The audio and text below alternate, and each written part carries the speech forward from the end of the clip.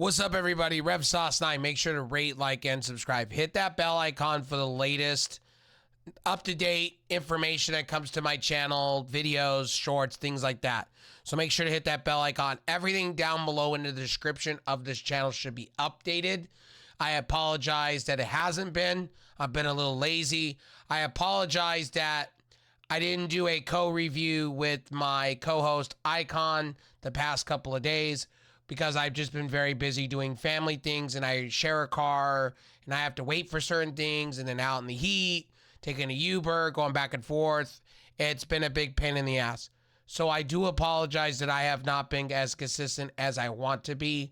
I apologize that things are not back to, 100% to where I want it to be.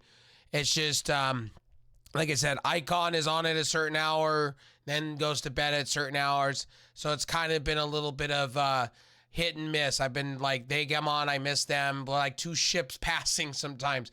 So I do apologize to everybody that it does expect a co-host review, and we'll get back to that probably tomorrow with TNA and things like that. So we're reviewing AEW for 7/10/2024. Once again, I do apologize that things are not consistent. I know I'm recording this. I know this is not everybody's type of thing. You guys want it live. I do apologize.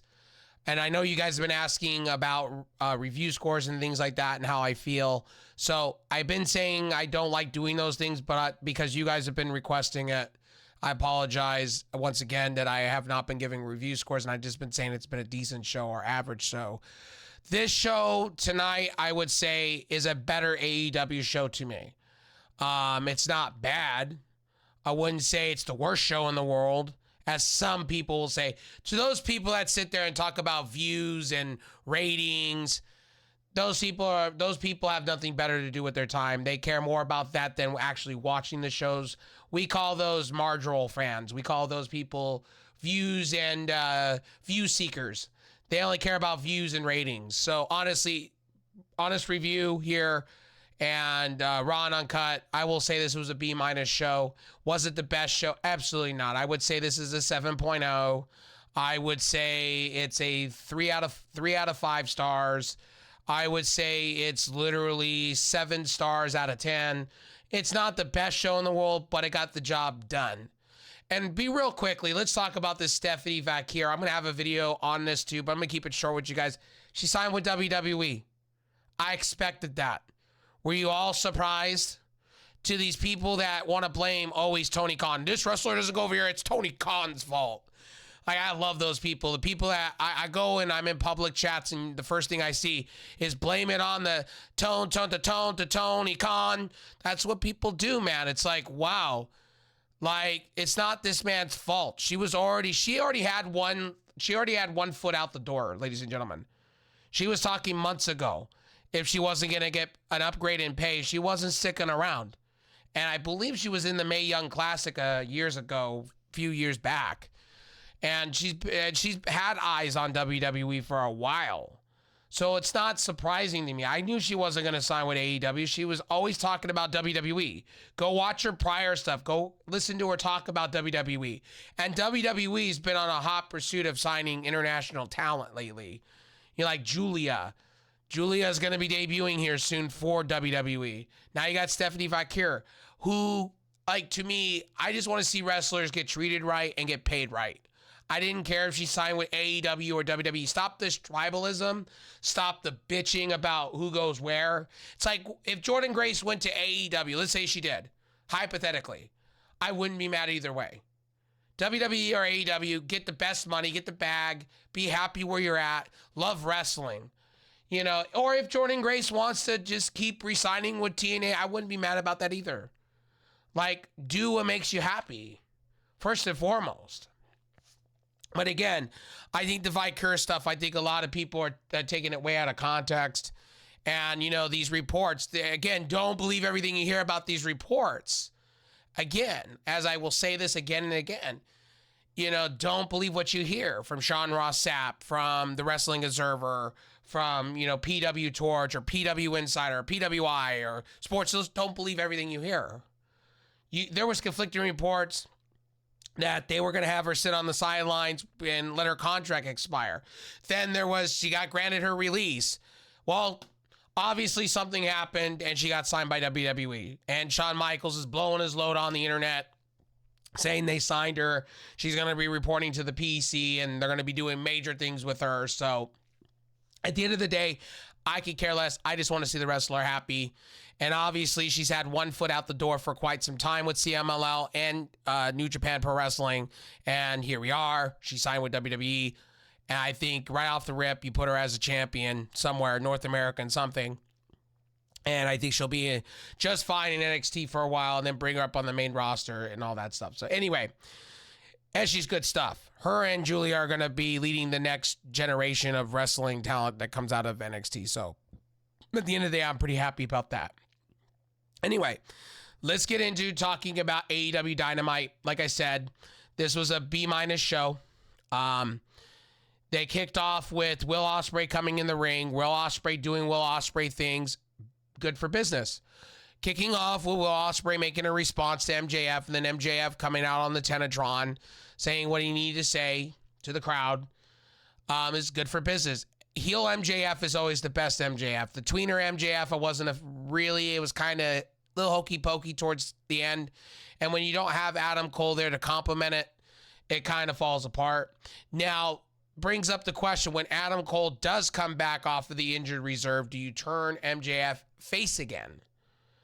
Because they're going to have to start that feud. In the Undisputed Era, we don't see them anymore. We see them pretty much on collisions and rampages. They've been relegated to that because Adam Cole's hurt.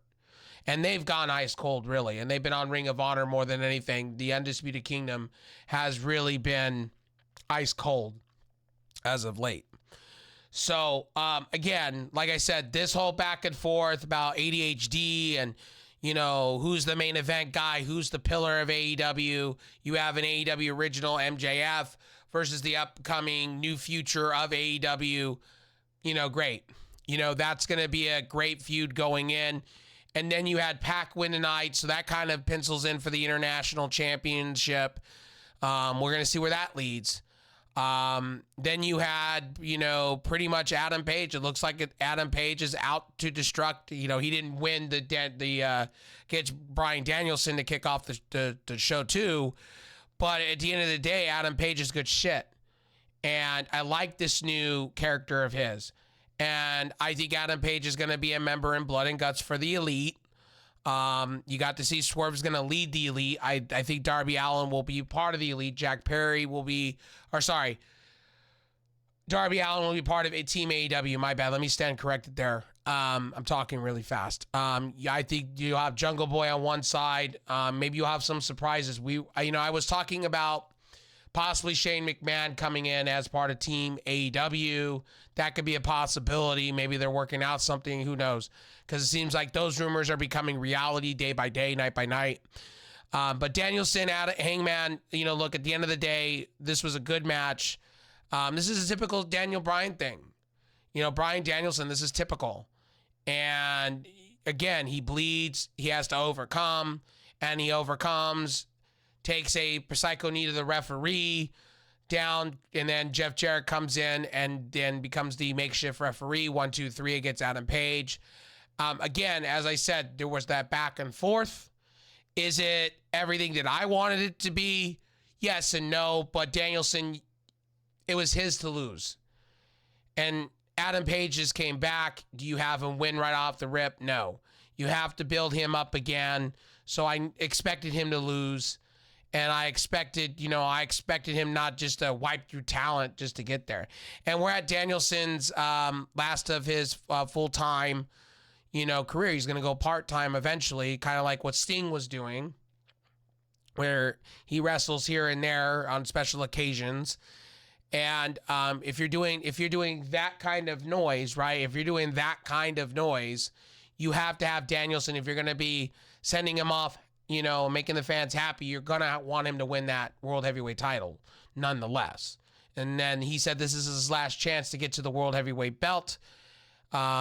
Danielson, you should have win that World Heavyweight belt off of Strickland. I know people are going to tell me, why would you do that when Strickland his title run has just started? because you want the fans to be happy, and the way TK has always been, especially when it comes to wrestlers kind of winding their career down and whatnot. Danielson's doing it. John Cena's doing it. So you want to make the fans happy. So you send the fans home happy at All In with Danielson becoming champion. I would expect that to happen. I could be wrong. He could lose. You know what I mean? But I do expect him to go over Swerve Strickland. Or some fuckboy shit happens and here we are and Danielson gets another opportunity at it because Swerve gets a victory and then they have that rubber match and then he wins the title. Who knows? Who knows? Will Ospreay again addresses MJF. I talked about that. That was a good back and forth as far as I'm concerned. It's brouhahaing, and I think it's gonna be a good match going forward. I even think Dr. Britt Baker and Mercedes Moné is gonna be good for All In.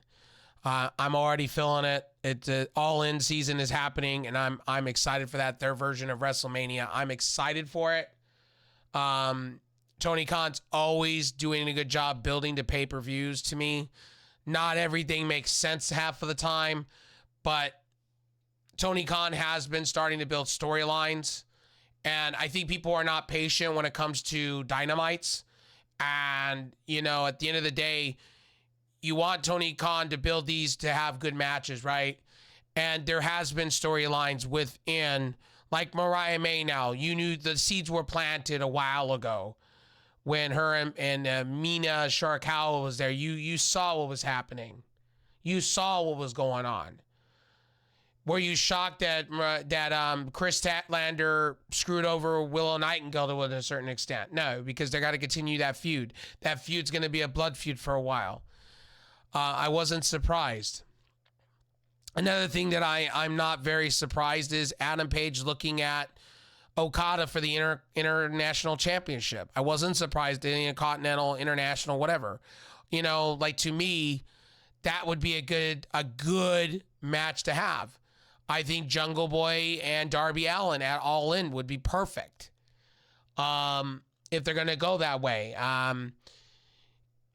Darby Allin could go over and be TNT champion over Jungle Boy. You know what I mean? Or, sorry, Jack Perry. Again, Samoa Joe versus Chris Jericho. Yes, I don't like everything about Chris Jericho. Yes, I think Chris Jericho needs to amp his character up and make the learning tree be better than this hokey pokey garbage.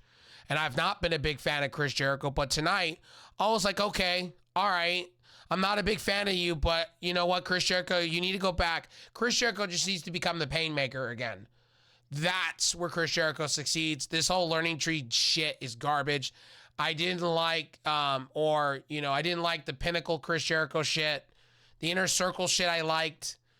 It ran its course, but this learning tree is not working for me. But Chris Jericho beating people up and doing really asshole things, yes, that's where Chris Jericho succeeds to me. But the learning tree's got to go. And I think, you know, if they're setting up a thing with him and Samoa Joe for the FTW champion, take my money. Take my money. I know the FTW championship is a nothing title, but take my money. I'm cool with Samoa Joe versus Chris Jericho. I'm cool with that. If that's where they're going for All In, I'm cool with that. Have Samoa Joe go over. I'm cool with that.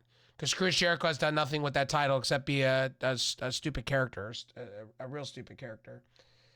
Anyway, let's get into back here. And pretty much Danielson won the cup. This year's Owen winner. Swerve Strickland returns to Dynamite, basically. And I didn't understand this. They didn't have him confront Danielson. I was really surprised. Danielson didn't sit in the ring. Swerve comes out with the fur coat and basically tells Danielson what he's going to do at all. You know, they don't have their back and forth. I was surprised by that. They just had Danielson walk out the ring with the stuff. They didn't give him flowers, or there was no combustible confetti or anything like that. It was just like last year they had confetti, they had the whole thing, and I just didn't understand today. Sorry, I'm looking at my notes off to the side. So I already talked about Chris Jericho here. Pac defeating Claudio Castagnoli, Kyle Fletcher, and Ishii for a Global Glory 4-way to earn a AEW International title match. Again, Pac needs to be pushed. This is a character that has been in AEW since the very beginning and has not been pushed properly. Has had an all-Atlantic run. This guy should be further along. He should be literally in your upper echelon of main event. And I know Pac's been injury prone. Pac's been hurt more than I can count and almost ended injury almost ended his whole career. So again, Pac came out. He said what he needed to say. I think, you know what? This is the best version of Pac you're going to get. I think his wrestling stock has gone down because of the injuries.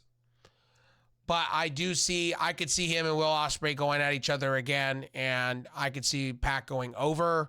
I could see it turning into a triple threat with Pac, MJF, and Will Ospreay for the title. I could see that.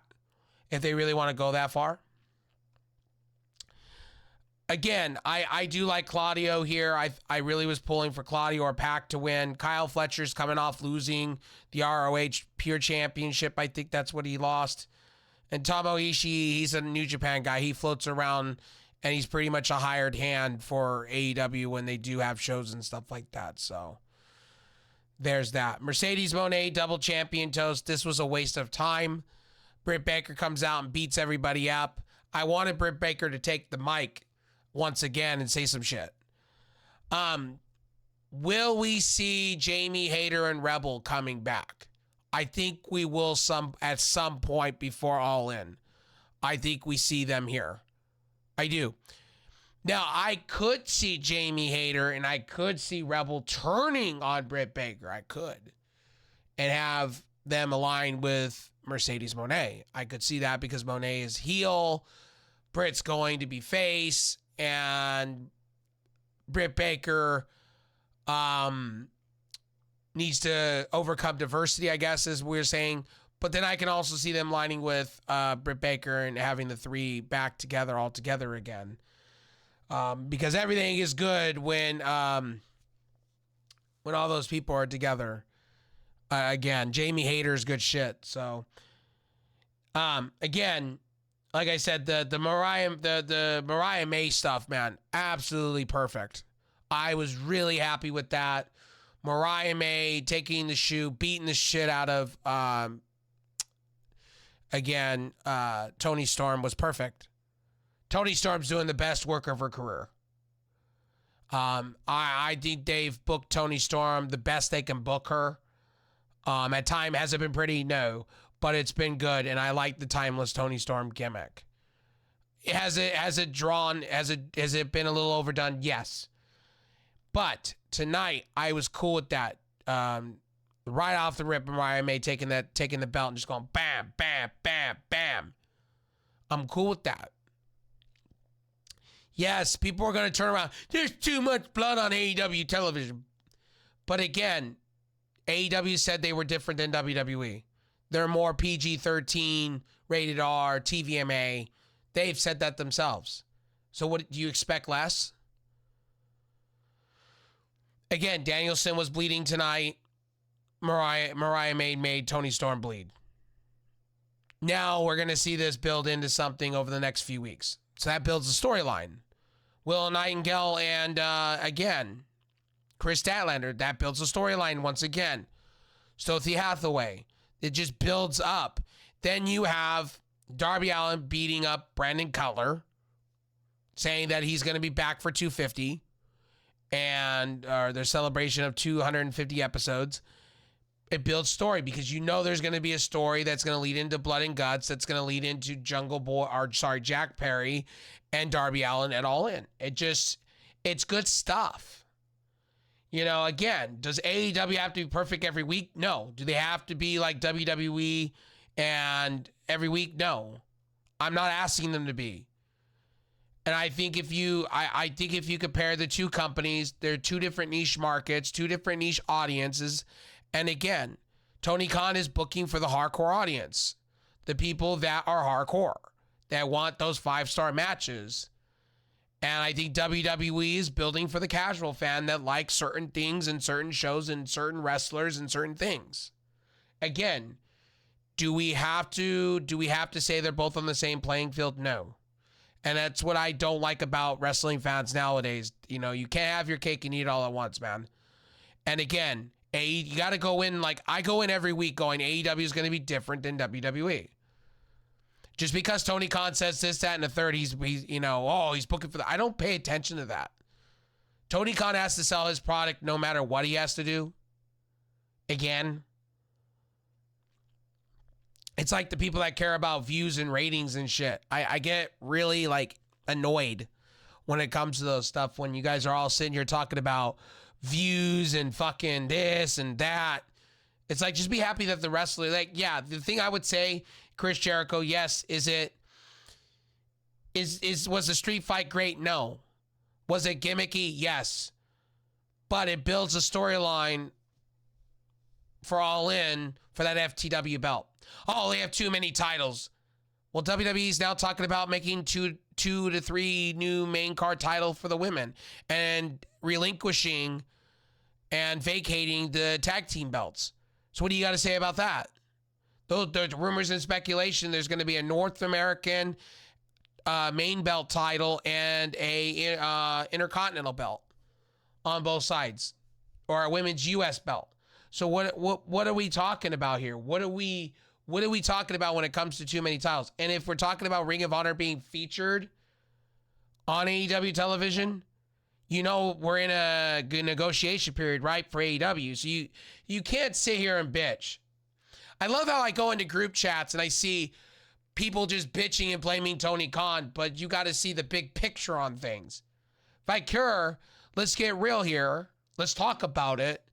Valkyrie, honestly, to be real with you, she wanted to be in WWE.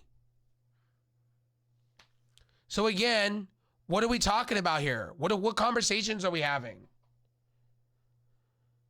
Like, a lot of you go, fuck Tony Khan, but was really Tony Khan in the negotiations to begin with? No, probably not. And if she had a little time left on her contract, probably WWE paid the other company. They can afford it. Again, WWE needs somebody like her. WWE needs somebody like her, Stephanie Valkyrie. You know what I mean? I don't know what else to tell you guys. I'm damned if I do it. I'm damned if I'm not. Like, when it comes to saying this kind of stuff, but WWE needs her more than AEW did. And that's a fact. And that's not an opinion. That's just reality.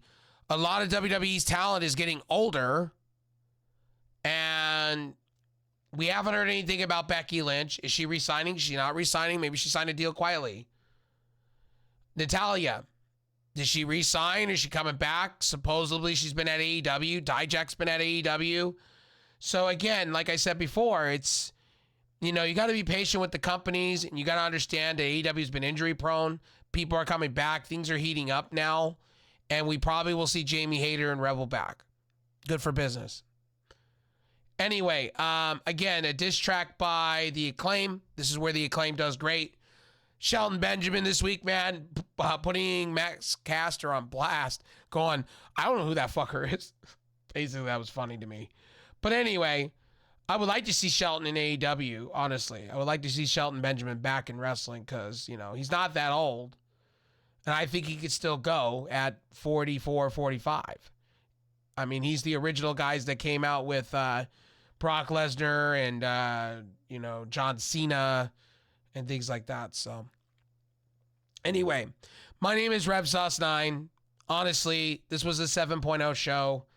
I didn't think it was that. I didn't think it was horrible. I think some of you guys that watch wrestling, you just want to be negative and talk about ratings and views instead of actually just watching the show.